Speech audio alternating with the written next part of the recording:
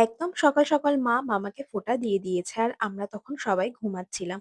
ভাই আমরা আসলে সবাই মিলে রাত জেগে আরকি যা হয় মামার বাড়িতে থাকলে একটু সিনেমা দেখা, গল্প এইসবই।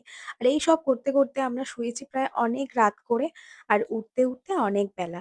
তো এখানে ভাইদেরও বেশ ভালোই হয়েছে। ওদেরকে সকাল, সকাল উঠলে না একটু না খেয়েই থাকতে হতো। কারণ আমি রেডি হই, শাড়ি পরি, ওদেরকে বসে থাকতে হয়। তাই ওরা এবছর ওদের ভালোই হয়েছে। একদম সকাল, সকাল উঠতে হয়নি আর আমার জন্য ওয়েটও করতে হয়নি। বেলায় ঘুম থেকে উঠে স্নান করে বসে পড়েছে। ওরা খিদে পেলে একদম থাকতে পারে না। মানে সকাল থেকে উঠে ওই যে না খেয়ে থাকার ব্যাপারটা আর আমি রেডি হই আর ওরা না খেয়ে কষ্ট করে বসে থাকে সেটা ওদের জন্য খুবই কষ্টকর হয়ে যায়। তো এবছর একদম সব ঠিকঠাক হয়েছে। তো আমি ওদেরকে ফোঁটা দিয়ে দিয়েছিলাম আর তারপরে বললাম, "এখনো তোরা ওয়েট কর। এখনো দেরি আছে। খাওয়া-দাওয়া এখন যাবে না।" কারণ আমার পর আমার দিদা ফোঁটা দিবে। তো তারপরে ওদের জন্য এবছর আমি কোনো গিফট আনিনি। তো আমি ওদের টাকাই দিয়ে দিয়েছিলাম। ওদের যেটা ভালো লাগে ওরা কিনে নেবে।